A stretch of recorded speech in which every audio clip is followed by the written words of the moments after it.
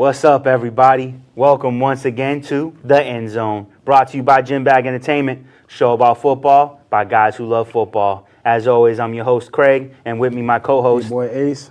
And we got a nice jam-packed show for you. We're going to start off jumping into the injury report, as always. James Conner, for the people who accidentally played him in fantasy last week, like myself, you put him in. He had 2 runs and then went out re-aggravating his shoulder. Mark Walton, the running back for the Miami Dolphins, gets cut. Got a violation for punching a pregnant woman. Yeah. I don't know what's up with that. I don't even want to waste time talking about it. I'm just letting you know that he's out.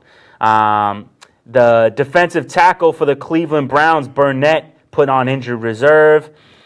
Brandon Cook says he's ready to return. Is going to play this week against Baltimore. Tough game to come back to, but we'll see how that goes. Marlon Mack is out with a hand injury. Believe he broke his hand. So Hines is going to step into that backup role and take the lead rushes.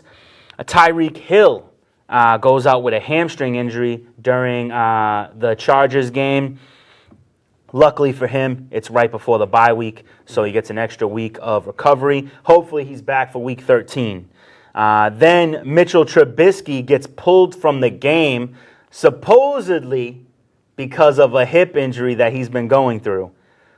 I don't know, because he was playing terrible football. Who said it was gonna be? Said it was gonna be soon? I mean, you did say that we both agreed that this dude was terrible. But yeah, we called it here. You know, Trubisky is he's done. A wasted pick. You know, he looked real good last year. Looked abysmal this year. It was. I'm gonna tell you what happened with him. Last year, like I always say, film. Last year, they didn't have much film on him. This year, they got film on him. And last year, his bad offense was overshadowed by a great defense. Yeah. This year, it's kind of like evident because now teams know they got a great defense and teams know they got to grind it out against them. Mm-hmm. But only thing he has to do is score 21 points and they automatically win because their defense ain't giving up much. You know what? I feel like tough. They don't run the ball very well. Like they don't make the right attempts. They can't really do much very well the way they're playing. This is true. You know, like we always say, a good pass game open up a good run game, and vice versa. And vice versa. So if one ain't going without the other, then there's problems. And you know, I've been saying it for weeks because it's like watching them play, they're not a bad team. No. And it's just like why these guys is losing, and they're losing in close games. And it's like, then you look at it, the score be 9-14, 14-9 or something like that. You know, so it's like, come on, like offense got to score a little bit more to help out that D. Damn right. Ogden Tate for the Cincinnati Bengals out with a concussion. Will he be able to play against the Steelers? It's yet to be seen. For the Cleveland Browns, Ungunjombi. Good job on that one. Thank you. Right, defensive tackle for Cleveland, also suspended for 3 games for his participation in the brawl at the Pittsburgh Steelers and the Cleveland Browns game, as well as a 3-game suspension as well for Pouncey. Pouncey participated in giving Garrett more like a 6-piece and curb stomping. So that was pretty crazy. As well as Myles Garrett suspended indefinitely. There is no return date. He's definitely going to be out the whole season, and then that could carry over into next season. We'll talk about that a little later. Collins, linebacker from the Cowboys, out with a knee injury. Trey Flowers, defensive end from the Detroit Lions, is also out. Damian Williams took a rib injury. Robert Woods is out for personal reasons. Will he play against Baltimore? I don't know, but he did not play this past week. Philip Dorsett's in concussion protocol. Patrick Chung hurt his knee. Jordan Howard's out with a shoulder injury. Alshon Jeffrey with an ankle injury. And Jameis Winston has a hurt ankle. Whether he'll play against Atlanta is to be seen. But a lot of guys going out this past week, man. It's It's crazy. It's like a domino effect. It's the middle of the season, so that's what happened. Yeah, exactly. It's taking their toll on them. So with that being said, AC with the recap. Here goes the recap. So in Thursday night football game, you had the Browns 21, Pittsburgh 7. Yeah. My MVP of that game is the fight. Oh man, it was great. It was a good one. We talked about it later, so I don't want to get too much into it. The Ravens 41, Houston 7. Lamar Jackson's my MVP of that. He went 17 for 24, 222 yards, 4 touchdowns, 0 interceptions. And he also had 9 attempts rushing for 86 yards, no touchdowns. And my co-MVP is Edwards. He had 8 attempts for 112 yards and a touchdown. The running back from Baltimore. Yeah. Wow. The Colts 33, the Jaguars 13. My MVP of that is Williams. He had 13 attempts for 116 yards, but he didn't have a touchdown, the running back from the Colts. But the main man, Mack, he went out with a hand injury, like Craig told you in the injury report. He had 14 attempts for 109 yards and a rushing TD. So no telling how many more TDs or yards. DJ Chark was killing it. Those 2 guys are the MVPs. Okay. 2 guys who has under 15 attempts for 100 yards rushing. I got to go with them guys over whoever. I think DJ Chark got like 2 touchdowns, though. Yeah, but, yards matter. All right. Atlanta 29, Carolina 3. Ace called that one, too. Matt Ryan, 21 of 31, 311 yards, 1 touchdown. My co-MVP is Calvin Ridley. He had 8 targets for 8 receptions, 143 yards, and a touchdown. New Orleans 34, Tampa Bay 17. My MVP of that game is Drew Brees. He went 28 of 35, 228 yards, 3 touchdowns. My co-MVP is Michael Thomas. He had 11 targets for 8 receptions, 114 yards, and a touchdown. Next up is Dallas 35, Detroit 27. My MVP of that is Dak Prescott. He went 29 of 46, 444 yards, 3 touchdowns, 0 interceptions. He's a guy who was playing for a contract, so he's playing really well. Gallup is my co-MVP. He had 13 targets, 9 receptions, 148 yards, but he didn't score. Next up is a great game, was Minnesota 27, Denver 23. That was a comeback game. Wow. Great game. That one of the best comebacks I've seen in the regular season. Yeah. Kirk Cousins was the MVP of that. He went 29 of 35, 319 yards, 3 TDs. My co-MVP is Diggs. He had 5 targets, 5 receptions, 121 yards, and a touchdown. The Bills 37, Miami 20. My MVP of that is Allen. He was 21 of 33, 256 yards, 3 TDs, 0 INTs. 2 rushing touchdowns. And 2 rushing touchdowns. And then my backup is Brown. He's my co-MVP. He had 14 targets, 9 receptions, 137 yards, and 2 TDs. Next up is the Jets, 34. The Redskins, 17. My MVP is the first, Sam Darnold. He was 19 of 30, 293 yards, 4 TDs, 1 INT. My co-MVP is Griffin, the tight end. He had 5 targets, 5 receptions, 109 yards, and a touchdown. Looking real good. He looked well. Oakland 17, Cincinnati 10. My MVP of that is Jacobs, the running back. He had 23 attempts, 112 yards, but he didn't score. San Fran 36, Arizona 26. Garoppolo's my MVP. He went 34 of 45, 424 yards, 4 TDs, but he had 2 INTs. They should have never won that game, but hey, football's 4 quarters. New England 17, Philly 10. My MVP of that is Julian Edelman. He threw a pass for a touchdown, and he had 10 targets, 5 receptions for 53 yards. That was a great play call by the offensive coordinator there. Next up, the Rams 17, the Bears 7. My MVP of that is Todd Gurley. He had 25 attempts, 97 yards, and a touchdown. And then the Monday night game last night, Kansas City 24, the Chargers 17. And my MVP of that is Kelsey. He had 10 targets, 7 receptions, 92 yards, and a touchdown. Yeah. And that is your recap and your MVPs of the week. All right. Now it is time to talk about the infamous brawl between the Browns and the Steelers. This was a crazy fight during a divisional matchup where things got heated.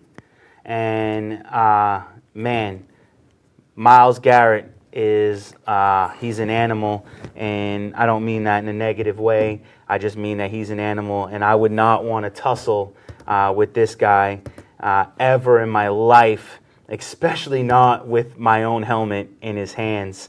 Yes, this was just a slobber knocker of a fight. What do you think? I think it was horrible, honestly.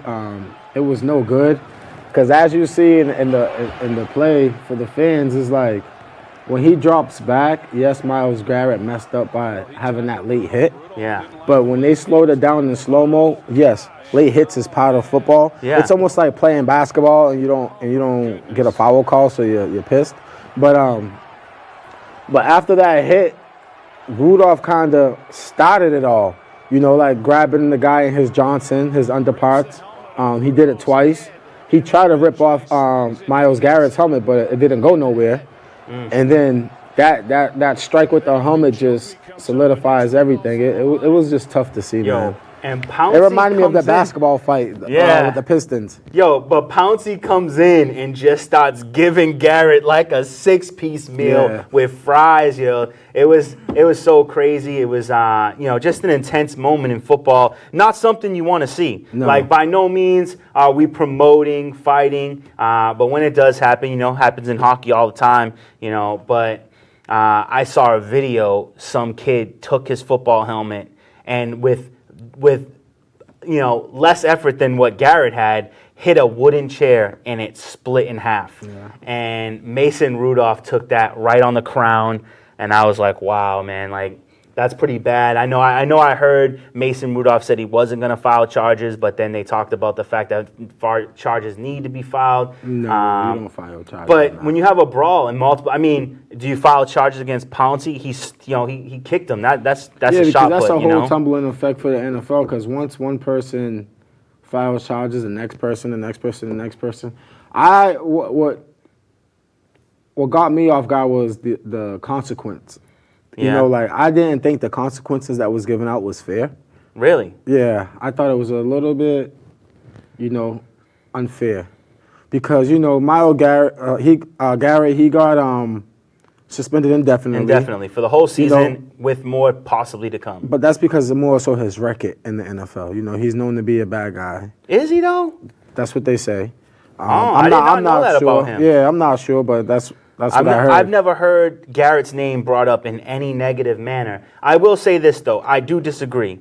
He not only did he rip the man's helmet off, but he had it in his hand. He used it as a weapon, and he hit a quarterback. Now, the quarterback was on the attack, but at the end of the day, you hit a man in the head with a helmet. I do believe he does not. But he should not be allowed to play the rest of the season. I'm not saying. What I'm saying by consequence is the rest of the people. Like, you suspend this guy indefinitely, but the other people almost got a slap on the wrist. 3 games. Three. Like, I think they got those guys should have got 5 games too. Maybe even remainder of the season for all of them. Or the remainder of the season for all of them, because it was a brawl. So it's almost like one person took the rap for everything that occurred. But it could have been different. It could have went different ways. Yeah. What has me dumbfounded is Mason Rudolph. 0-game suspension. Yes. Was he not a participant in that action? This is why I said the consequences wasn't fair. That isn't fair. I think at the very least, Mason Rudolph should have got a 1-game suspension, since he was a participant in the brawl. That to me did not seem right, and I did not appreciate that one bit. So it is what it is. One thing we did forget to do is tally up our scores. Oh yeah. So. As always, I'll let you run with it. So going back to the recap, we always give our scores for my picks of the week. This week, your boy Ace, 8-2. I took Pittsburgh +3. That was a loss. I took Cowboys -4.5. That was a win. I took Atlanta +5. That was a win. I took the Jets +1.5. That was a win. I took the Saints -5.5. That was a win. I took the Eagles +3.5. That was a win. I took the Rams -7. That was a win. Whoa! You took the Eagles +3.5. That's a loss. I mean, that's a loss. I'm sorry. Oh, yeah, that's one of my losses. Okay. Yeah. And then I took the Rams -7. That was a win. KC -3.5. That was a win. And Buffalo -5 was a win. Okay. So my loss was Pittsburgh and Eagles. So I didn't have as good of a week. Didn't have such a bad week, but definitely not as good as 8. I took Pittsburgh over Cleveland. Cleveland -2.5. I lost that one. I can't believe Cleveland beat Pittsburgh. You know, it was a fight, man. It was a fight. That was at the end of the game. I was right. I took Atlanta over Carolina. Saw that happening. Definitely was right about Baltimore over Houston. That was a slaughter. I really thought Miami was going to keep it close, but I was wrong. I thought Jacksonville. I did say if Jacoby Brissett was back that it would be better for Indy, and he was back, and he ruined my pick, Jacksonville over Indy. I knew that the Jets was going to dominate Washington. I thought Tampa Bay was going to lose but keep it close. I was wrong. I did know that I thought Arizona would actually win the game outright, but I knew that San Fran couldn't cover that spread. I was confident that Kansas City could beat LA. I was correct. And I knew that Dallas was going to beat Detroit, and I was correct. I got 6 out of 10. And that brings the tally, AC in the lead, extending it by 2 more points, 53-48. And I need to make a serious comeback, or it's going to start getting embarrassed. But since we are talking about wins and losses, losses, you did lose to me, though. I did. And I just want to bring this up real quick since I'm feeling a little deflated right now. Help your confidence out. Let's go. I got to bulk my confidence up. My team in fantasy, Live Free or Die Kamara, going up against, my boy here, Catch Me in the End Zone. I took the victory 170.42 to this, lackluster score of 131.48. Lackluster 131 is lackluster. I mean, lackluster compared to 170. Wow. That's a 40-point deficit, compared to a 5-point deficit. Versus anybody else in the league, I would have won that game. I know. I had the second highest scoring by only 1 point. It was a tough loss. Just when I thought my team was going to turn the corner a little bit. Yeah, I had to get my revenge, because you cheated me last early in the season with that Drew in the week 2 when Drew Brees went out. I had that victory in my pocket, and you stole it from me. All right, so now let's move on. We talked about the Browns and the Steelers and that brawl, and we talked about the consequences. Let's talk a little bit about Colin Kaepernick and what I like to call Kaepernick Gate. Capgate. All right, so for those of you who don't know, Colin Kaepernick was holding an open workout to display his quarterback talents, to prove to the league that he has stayed in shape and is ready to be signed and play for any team that needs him. The NFL actually kind of forced this situation and decided the locale, and they came up with some stipulations. First stipulation would be that no media besides the NFL would be allowed to participate in this workout. The NFL would review the footage, decide whether or not Colin Kaepernick was worthy of a spot in the NFL, but also and decide whether or not the footage should be sent out to all 32 teams to decide whether or not they would want to sign him. They also wanted Colin Kaepernick to sign a contract that said he absolved any and all parties involved, and he had to name names of any guilt or wrongdoing. So this would allow them to basically deny him access into the NFL and also keep themselves from having any further consequences of blackballing him from the NFL. Mm-hmm. So then Colin Kaepernick pulls a bait and switch and changes the location to a high school arena in Atlanta and opens it up to all media. He had his own security and does an hour workout, an hour mingle, and then at the end a little media soapbox moment where he spoke on the NFL and the owners and his ability and readiness to play. What'd you think? Well, me personally, on this show here, we root for Cap, so Yeah. I don't want it to seem like I'm not rooting for him. I think I'm going to feel what you're saying. The pros of the situation, I'll give my pros and cons. Yeah. So my pros of the situation was great. You got a chance to work out for the NFL. You get to show what you really have. And that's about the only pros I got in that situation.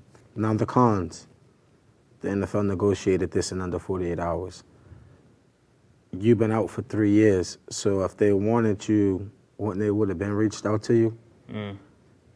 I think Cap is showing people that he's smarter than the NFL because of the simple fact is why sign contracts and things like that when you're not part of the NFL right now? Yep. That messes up that whole coercion case that he got going on. You get what I'm saying? Well, that case is over. He already but been settled. But it still, would mess up any further wrongdoing. Yeah. But it's like I saw people commenting on the live because they had him live working out. They're like, "Oh, there's no defense." It doesn't need to be a defensive line. But there never is when they do quarterback workouts. Exactly. Have they never watched a combine in their life? Air. Exactly. Yeah. But again, you gave normally workouts happen before the season or after the season, summertime. Yeah. Why do it mid-season? You get what I'm saying? Yeah. If a team, normally, there's guys sitting on the couch right now that these NFL teams, old quarterbacks that these NFL teams is calling up on their couch, and they don't have to go through half of what this guy's going through. So, therefore, it was I think it was a bad situation all in general. It was almost like the NFL threw it out there real quick. We're giving him the opportunity to try out. Now we're not. It's his fault. But no, bro, you didn't make it fair for him at all. Nope. So it was just, they was better off not even doing all this. They was better off just keeping him out of the media. But I didn't like his interview at the end of it, though. How he came off, because he came off really strong. He should have just left it more open, as in, okay, I did this workout, I feel good, I always work out. This is part of my rituals, this is what I do as an athlete. I'm always going to be an athlete. But he was, calling out the owners and stuff like that. That's the only thing I think he went wrong in, whereas he could have kept that more general. He could have left the workout as a general workout. Y'all see what I got? Y'all got the film on me? Y'all choose. But the NFL wanted to keep this film in a black box and not put it out and stuff like that. No. Everybody who's been following this case the last 3-4 years have the right to see what's going on because it's almost like you're following this man's life. He became part of so many fans' everyday life and so many people that follow him. You can't not show this. You cannot put that out there. So it was all over the place for me. It was too confusing too. Trying to follow it. You had that's why I asked you to say your side of what you knew because it's there's so many different stories and so many different things that's missing that I like to go off of what this person's talking to me about. Not the 10, 15 other stories that I read because it was horrible. Yeah. See, I agree with a lot of what you said here, and that is that, I think Colin Kaepernick, he outsmarted the NFL. But he probably blew up any chance. If there was a chance, he's probably blown up any chance he has. But before you go. Yeah. After what you saw from him, Yeah. do you believe that he still wants to be part of the NFL? No. Okay. That's what I thought throughout the whole workout and stuff. I'm he's just doing this just to show it. But that interview showed me he don't even want no parts of the NFL. He's okay with his everyday life right now. He don't want no parts of the NFL, but he want to show the people I think if he was offered a job, he would. If he was offered a job, absolutely. I think he would take it. Because it's your love. Yeah, because he loves to play football. But here's the thing. Colin Kaepernick knew what was going to happen. He had already known the way the situation was going to go. I believe that he already had a plan in place to go to that high school. He never intended on working out at the Atlanta stadium, the practice stadium. Yeah. I think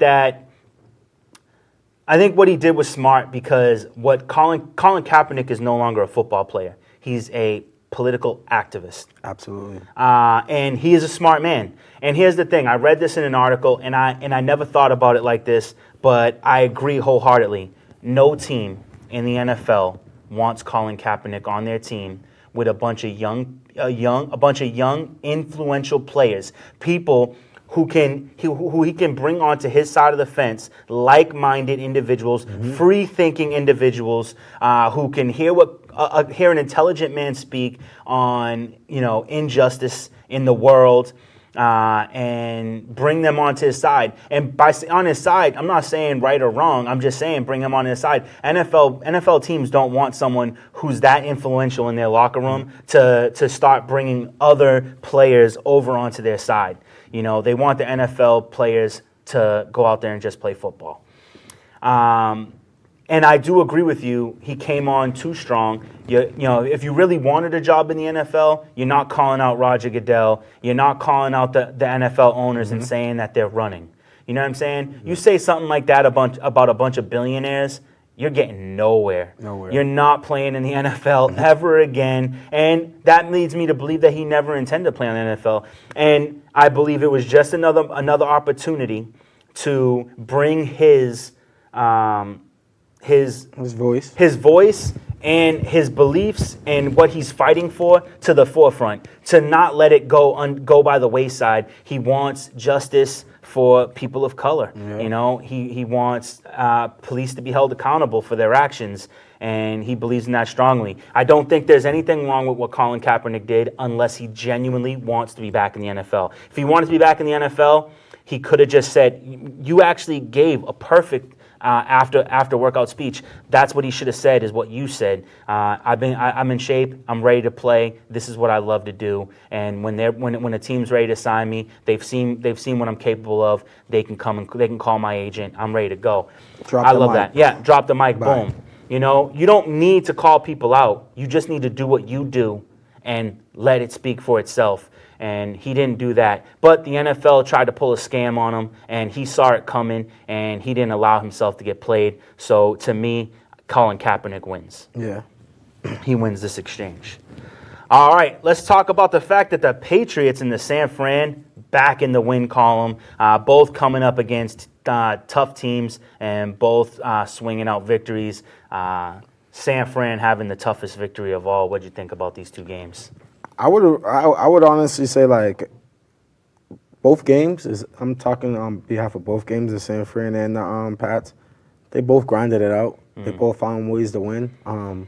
That's why these teams are great teams, and they have such a great record that they have, because when you have a great record like that, you know to play 4 quarters and you find ways to win. And, like, me and you both, I thought Arizona was going to win this game outright, honestly speaking. Too.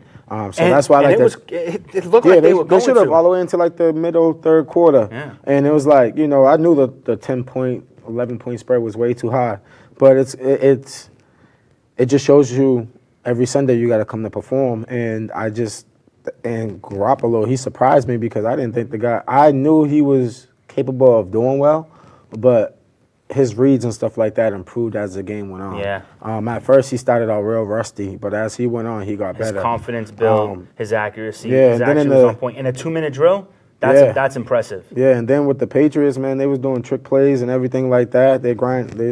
Like Patriots nowadays. After watching that game, I just figured it's like, to them, it's not about scoring 50 on people anymore. It's just about winning. Anything they could do to win, they're just happy with the win. Because I mean, they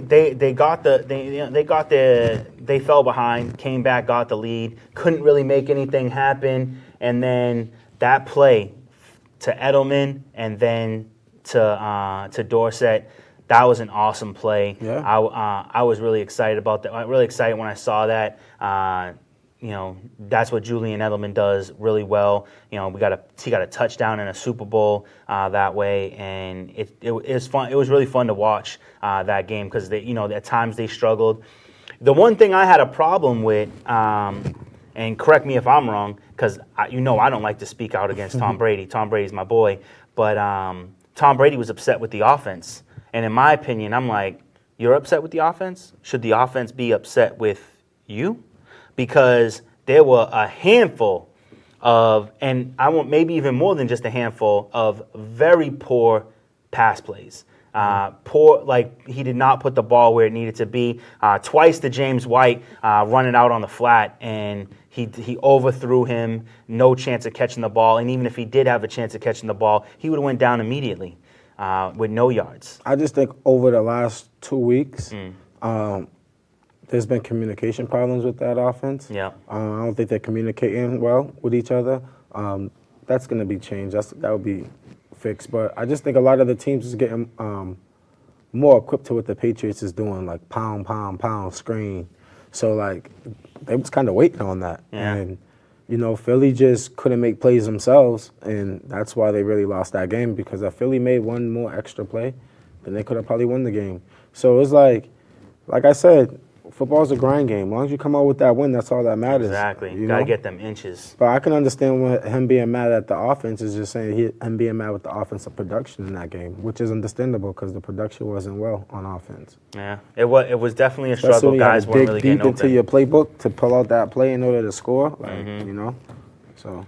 But both games exceptionally entertaining. Yes, for sure. Two quarterbacks showcasing the fact that quarterbacks and coaches showing that they got the moves to get themselves the victories. Looks like maybe they might be heading back uphill rather than downhill. So with that being said, another game I want to talk about, Baltimore, Houston, what I like to dub the revenge game. Lamar Jackson, Deshaun Watson, they play in college. Deshaun Watson gets the victory. Now it's time for a rematch in the NFL.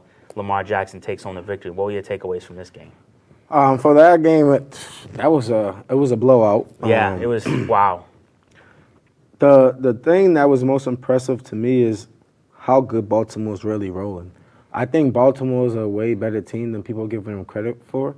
Because they didn't start off good, but now they're great. Yeah, but my thing with that is so many people's focus on Lamar Jackson that's giving Baltimore attention.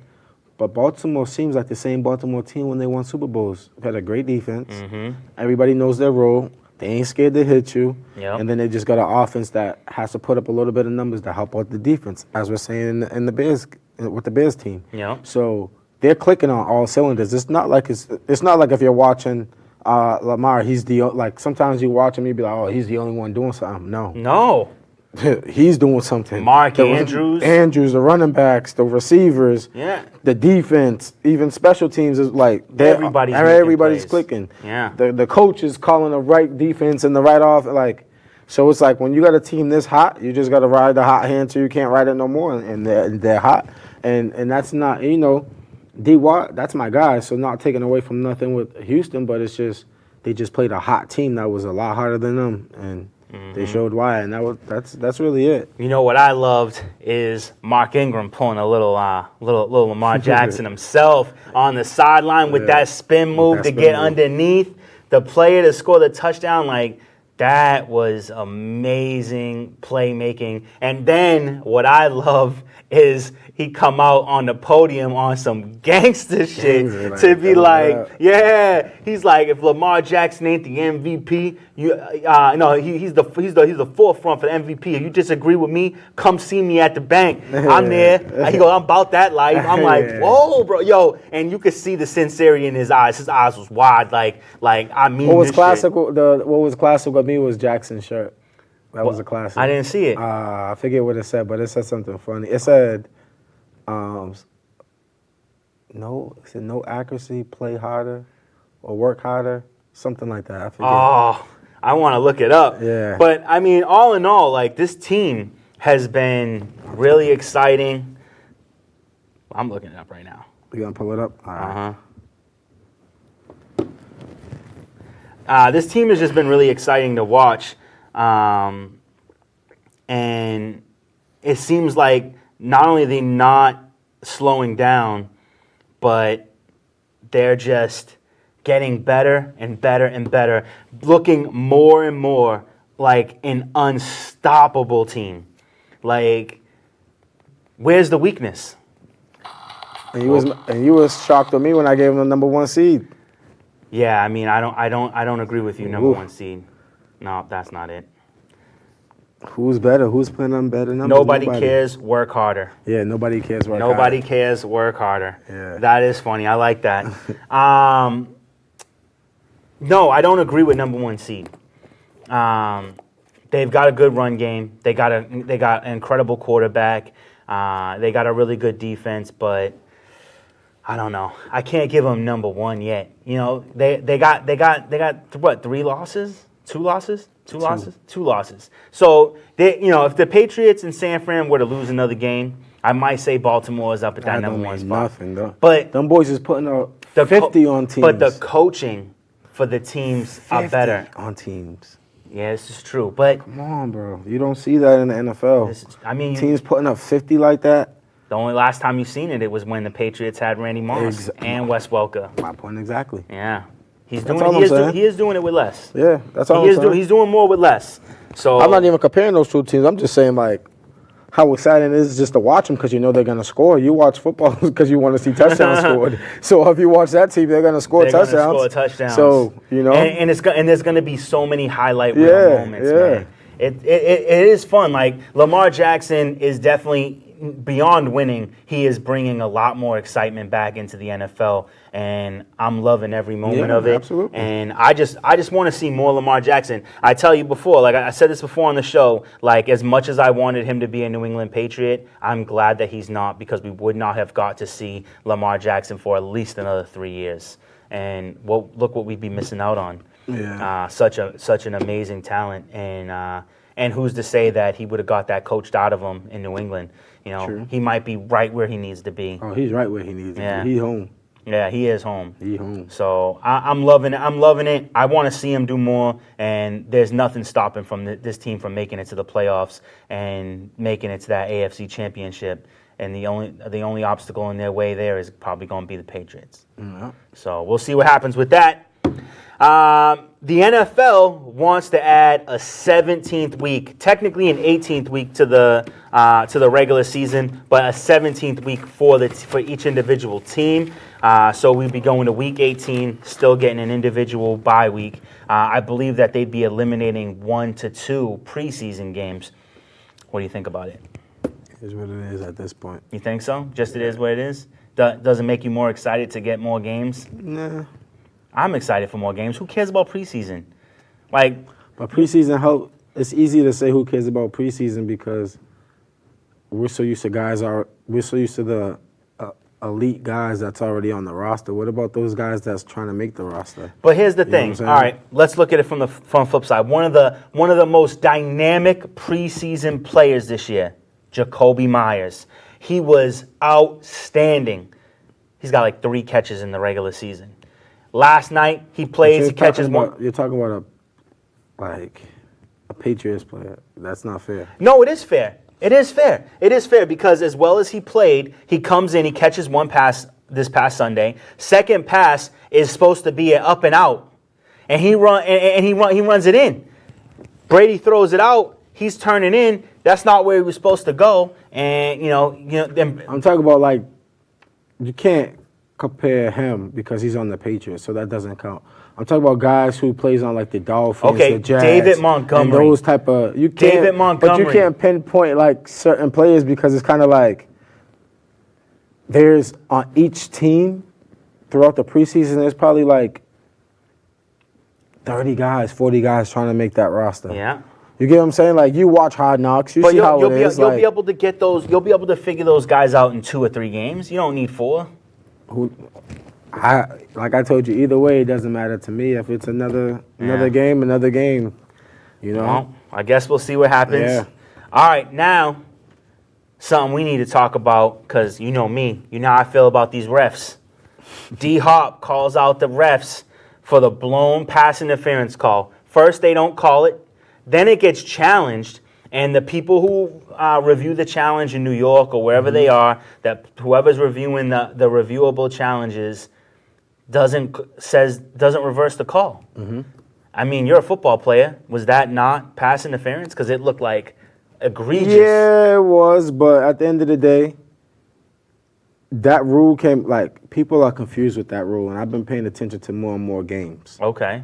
With that pass interference rule, if they don't call it, it has to be clear and obvious. It has to be clear and obvious. Let me tell you this. This year, only one coach was able to. One or 2 coaches was able to get it overturned. 2 might be generous. Yes. I think it was 1. So it wasn't like that play affected anything. You guys was getting blown out anyways. Yeah, but even still. Yeah, I understand it, but it's kind of If you're gonna I say look at it clear as a and no obvious, call. That's why I say like that rule. What I tell you about the rule? Yeah, you didn't like it. Yeah, so that's why I don't like it either. But if like, you're gonna have it and you're gonna say clear and obvious, if you're gonna tell me that play was not clear and obvious pass interference, I can't what say is it clear wasn't. and I obvious? can't say it wasn't clear and obvious pass interference because that would be lying. But at the end of the day, when they don't call it, then they're not respecting for it to get turned. If that makes sense. Yeah, like if they don't call it, they're not gonna overturn it. Well, like no matter what happens, like nobody's winning, no matter how obvious it is. I feel like the only way you can get like clear and obvious pass interference is if the dude's like jumping up and got his face mask in his hand and another hand on his crotch and body slams him on top of the ball. Like I don't know what's clear and obvious anymore, but it's tough. It's tough. It is tough. And but D Hop says that he wants, they need a representative or something in the booth reviewing the calls. He wants something more than what's going on right now. Like Craig say, find the refs for bad calls. Damn right. I will say this all day, every day, that whatever the refs get paid per game, every missed call, blown call, wrong call that doesn't get overturned is a fine. If they find after the game that you missed calls or you blew calls, made wrong calls, fined. And I say 10% per wrong call. 10% of the day's pay. 10% for every wrong call of the day's pay. What the rest make a day? Like 100,000, something like that? I know they make around between $100,000 to $300,000 a year. A year, depending on how many years you got in the league. Correct. But most of them been in there 19, 20 years. Exactly. So they're all making like 200,000. They're making 200,000. So they're making. So it'll be like 5 bands a penalty, 10 bands a penalty. I'd probably say about two racks. 2 bands. 2 racks per penalty. Per blown penalty. Now I will say this. I'm going to give credit where credit's due. We're complaining about calls that we get to see in slow motion. Refs are making calls in real time with the naked eye. Mm-hmm. You know what I'm saying? And I understand that. But then you get to review some plays and you're still making the call wrong. You know what I'm saying? That to me is terrible. And there's some times where, I get it. Like, because I've seen some calls, like, I forgot who the running back was, but it was this past week. And he got stopped on a dime, right out like a yard, maybe less than a yard from the goal line. And they called it a no touchdown. And I'm like, how the hell did he see that? Because dude's elbow hit the ground and the goal line was here. And I'm like, man, and the play wasn't going slow. Yeah. And I was very impressed that the refs would see that. So sometimes they see some incredible things. But take the good with the bad. You gotta take the good with the bad. But I want fines. All right. With that being said, it is time for the top 10 picks of the week. And as always, I let you go first, my friend. So if you want to go with your boy, Mr. 8-2. Oof. Follow these teams. Is that your new name, Mr. 8-2? For this week, it's Mr. 8-2 because I'm 8-2. So, if you want to follow your boy, Mr. 8-2, hear me out on these picks. I know Craig probably got a couple because he's been trying to steal my picks lately, but it's all good. I'm doing my AC research. Buffalo -4 to Denver. I like Buffalo. Atlanta -4.5 to Tampa Bay. I like Atlanta. New York Giants +6 to the Bears. That's my dog of the week, the New York Giants. Lions -3.5 to Washington. I like Detroit Lions. Oakland -3 to the Jets. I like Oakland. New Orleans -9.5 to Carolina. I love New Orleans. Pittsburgh. They just played Carolina. No, that was Atlanta. My bad. You're good. Keep going. Sorry. Coitus interrupt us. It's on you. My bad. I was wrong. Pittsburgh -6.5 for Cincinnati. I'm going with Pittsburgh. Tennessee -3 versus the Jaguars. I'm going Tennessee. Green Bay +3 to San Fran. A team who's been struggling in these last 3 weeks. Guess what? Green Bay gonna knock them off this week. I'm going Green Bay. And then you got Colts Houston -4 to the Colts. I love the points. I'm going Colts. Wow. +4. All right. And a shootout. So This is the lowest I think we've ever been on the same page. Only 4. Yes. Only 4 the same. So there's going to be some turnaround here or some escalating away. Escalating. All right. Houston against Indy. Indy's getting 3.5 points. Not enough. Houston takes this one. Atlanta against Tampa Bay. Tampa Bay's getting 4.5 points. I agree with you. That's not enough. Atlanta's going to take this game. That defense is playing tough. Seattle going up against Philly. I couldn't believe Philly's getting -1 and you didn't take Philly. You didn't take Seattle in this game. That game was scared me. Seattle just beat San Fran. I got to go with my boy. I was scared. I hear you. I'm never scared when Russell Wilson got the ball. Russell Wilson is magic, baby. But you did surprise me by going along with me on this one. Giants over Chicago. Chicago's -6.5 points. They can't cover that spread. No, you know how I feel about Chicago without that quarterback. Whoa. So I look at it as it's gonna be like a 9-6 game. Yes, exactly. It's gonna be a low-scoring game. Nothing but field goals. I like the Giants taking home the victory. Is Barkley back? I don't know if it matters, but I don't think so. Because that helps him out a little bit. I think he's back. Like a squeak a touchdown. Let's just say he's back. Okay. Now, where I did switch for you, and this is actually my dog of the week, Cincinnati at Pittsburgh. Cincinnati covers the spread. -6.5 points. They got the offense. I think they lose, but I think it's a close game. I think this game is decided by less than 5 points.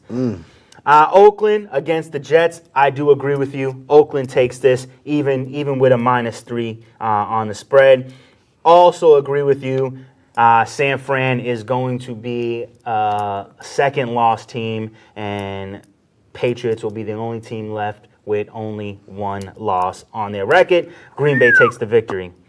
Baltimore going up against the Rams. Rams are getting 3 points. This is not enough. You need 20 points facing Baltimore. You need 20. That game's going to be a high-scoring game. Yeah, from Baltimore. Baltimore's going to put I say the over 50. I say it's over 50, but I say 30 to 40 of those points are going to come from the Baltimore Ravens. Jacksonville going up against Tennessee, but Jacksonville with the victory. Tannehill is playing really well, but Nick Foles is back. He's ready to roll, and Tennessee's defense isn't going to be good enough to do what Indianapolis' defense did. But in Tennessee, you know what I want? I took Tennessee because their defense is sleepy good. It is sleepy good. You get what I'm saying? It is sleepy good. And I was like, the Jacksonville is like, I don't know what's going on over there. Like, they're like the weather. Like, one day they're hot, the next day they're cold. They're not. Yeah, you're right. And this is going to be the day that they're hot. Okay. Leonard Fournette's going to be running the ball all day. DJ Chark in the end zone. Keelan Cole, D.D. Westbrook. It's going to be nasty. And then this is another big surprise. I'm putting Cowboys it all over on the Pats? Hell no. I will never pick a spread with the Patriots. I'll never pick a team against the Patriots. I did that once, and I was right. Maybe I was wrong. I don't remember what team it was, but we didn't pick the Jets, and if we did, we would have been right. Yeah. Well, if we picked the Patriots, we would have been right, but we were afraid because we thought they'd play tough. But in this game, Miami versus Cleveland, Cleveland is -10.5. I think Miami covers the spread. I don't put it past them. I don't think Cleveland, without Myles Garrett, I don't think, and without what's his name, Ogunjobi, I don't think that they can cover this spread. I think Miami keeps the game relatively close, and I pick Miami. Cool. All right, now it's time for the top 5 games to watch of the week, and I will let you go first. So my top, no particular order. Yeah. Just to let the fans know, no particular order. Just saying. Colts versus Houston. That's a tough matchup. Houston got to bounce back.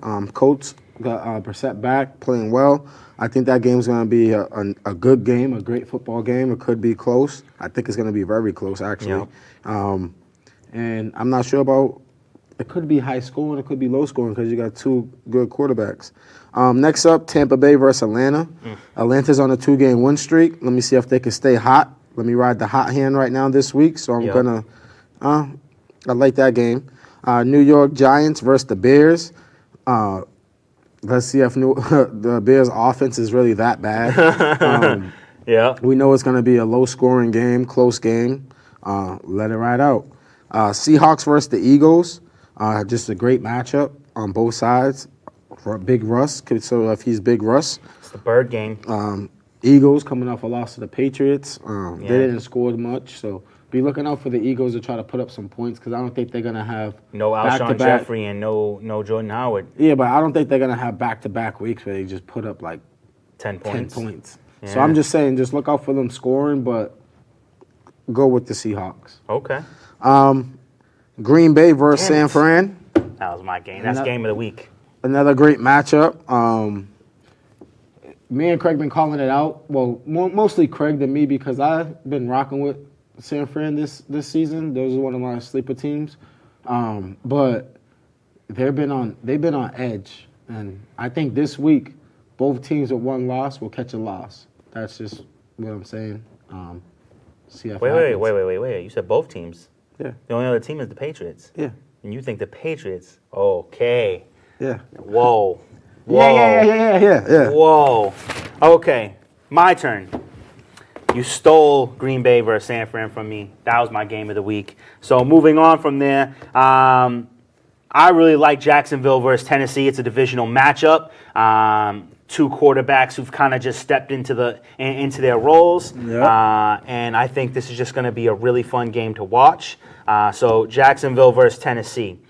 Then I like Baltimore versus the Rams. Two high-powered offenses, what should be two high-powered defenses. Let's see which quarterback and which coach can make it happen. So Baltimore versus the Rams should be an exceptionally exciting game.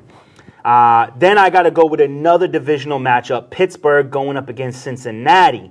Cincinnati is looking for their first W of the season. Pittsburgh just needs to continue to win games. And I think it's going to be a fun game to watch. Both games have different aspects to their offense. Both games are running with backup quarterbacks. You got Joe Mixon on one side of the ball, who you know is going to do damage no matter what team he plays against. And on the other side of the ball, Juju Smith has been held in check all season long, and he's about to go up against a defense that can't block a sneeze. So I think that both these guys are really going to showcase their talents in this game. And I think it comes down to who has the ball last. It's going to be a fun game to watch. I love divisional matchups, so I got to go with Carolina and New Orleans. Christian McCaffrey versus Alvin Kamara. Which run game is going to excel? You got two defenses that are playing pretty decent defense right now. I just think Carolina is a team that's looking into the future now. Oh yes, they are looking into the future. And McCaffrey's going to do his thing because he's a great athlete. He's elite. But as far as that team, I don't think that team. They're not looking at it. Well, New Orleans is all about the here and now because of Drew Brees. Yeah, no. I'm just saying about Carolina. Yeah. I just think like before, if it was like Drew Brees versus Cam, that's more exciting. Yeah, it is more exciting. But with the situation, but now you have veteran versus rookie. I know, but what I'm trying to say is like New Orleans is going this way, and Carolina's going like this way, like down the slope way. Okay. You get what I'm saying? Because I feel you. I listen. I don't they're disagree. trying to work with what they have and figure out what do I have to build on for the offseason. Yeah. They're not a team that's looking at it like, oh yeah, we're gonna play for the playoffs. At first, when they went on that run, they was looking great, looking real great. But what happened after that loss?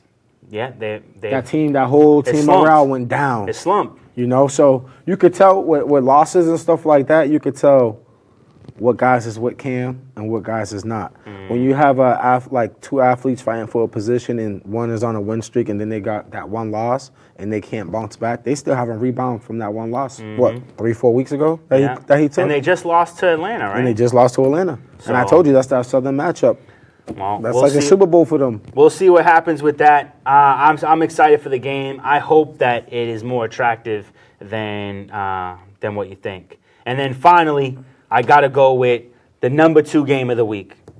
Because game of the week is definitely San Fran versus Green Bay. Yes. But the next best thing New England versus Dallas. The fact that you think Dallas can win this game is adorable. But here's what you got to understand. Amari Cooper out the game because Stephon Gilmore is going to shut him down. Okay. Then you're going to have Michael Gallup. He's going to be okay. I think he's going to do well, but you're going to have J.C. Jackson on him. I think that's going to be tough for him. And then Randall Cobb, I think Devin McCourty over the top is gonna prevent that. We've been really good at stopping. We've been really good at preventing. Jason Witten is going to be the shining light of the Dallas Cowboys offense. He's going to be the shining light. He's going to catch the most passes in the game because he's going to because of his season. Yeah, his seasoned abilities are going to allow him to find ways to get open, and you'll see him catch the ball. Ezekiel Elliott is Ezekiel Elliott. He's going to get his yards. I think we keep him under 100 though. I think we hold Ezekiel under 100. No touchdowns. Remember next week I said Ezekiel Elliott under 100, 0 TDs, because that's what's going to happen. Differ in that. And then, but the one problem we're going to have is Dak. We couldn't contain Lamar Jackson, and we've struggled containing quarterbacks who can run the ball. So I think we're gonna give up a lot of first downs to Dak Prescott and his ability to move them wheels. But Ezekiel Elliott's gonna be under 100, and Amari Cooper. Whoa! Amari Cooper. Let me tell you where you're wrong. More than 3. Let me tell you where you're wrong. Okay, go ahead, do that. Let's rewind the tape to 2 to 3 weeks ago. Yep. Pats played who? Baltimore. Okay. Yeah. Baltimore's running backs who? Mark Ingram. How many yards he had that game? I don't know. Do you know? 100 plus. Did he have 100 plus? Yes.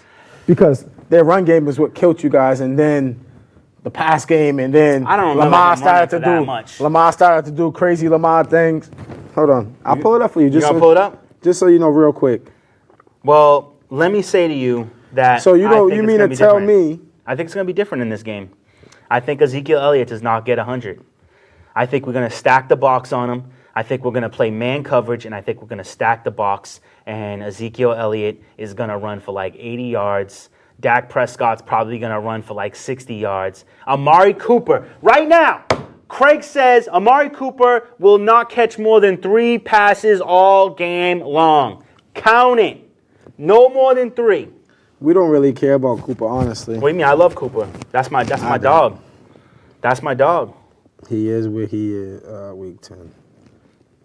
I'm telling you, man. You can look up, do the research all you want, but homeboy is not going to make it happen. Yeah. Homeboy's not going to make it happen. Pats played...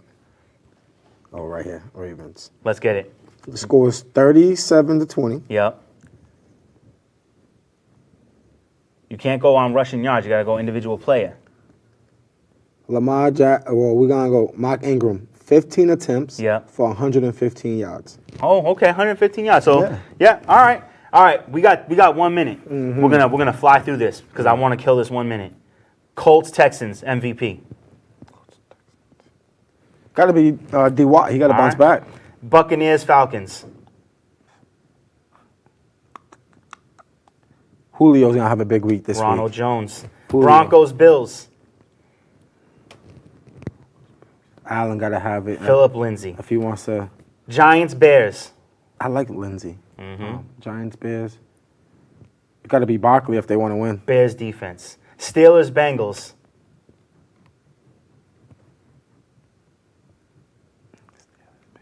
I go with the rookie quarterback you said. Oh, really? Yeah. I like Joe Mixon. Dolphins Browns. OBJ. Panthers Saints. It's going to be like Kamara or Thomas. I think Kamara. Raiders Jets. Despite them winning, Carr got to have a big week. He has to bounce back. So I'm going to go with Derek Carr because his stats didn't look too well this week. I like it. Eagles Seahawks. Big Russ. Who? Yes. Russ, Lions, baby. Redskins. Lions, Redskins. It's a tough one. Darius Geis. Nah, I ain't walking with him. Okay. Cause I picked him up in fantasy. He got hurt, IR. Now he want to be back doing things. I ain't rocking with him. All right, we're about done. I don't care who. I don't care who All right. that game. Have another fight. We'll leave it there for now. Until next week, we'll see you in the end zone. Have a good night.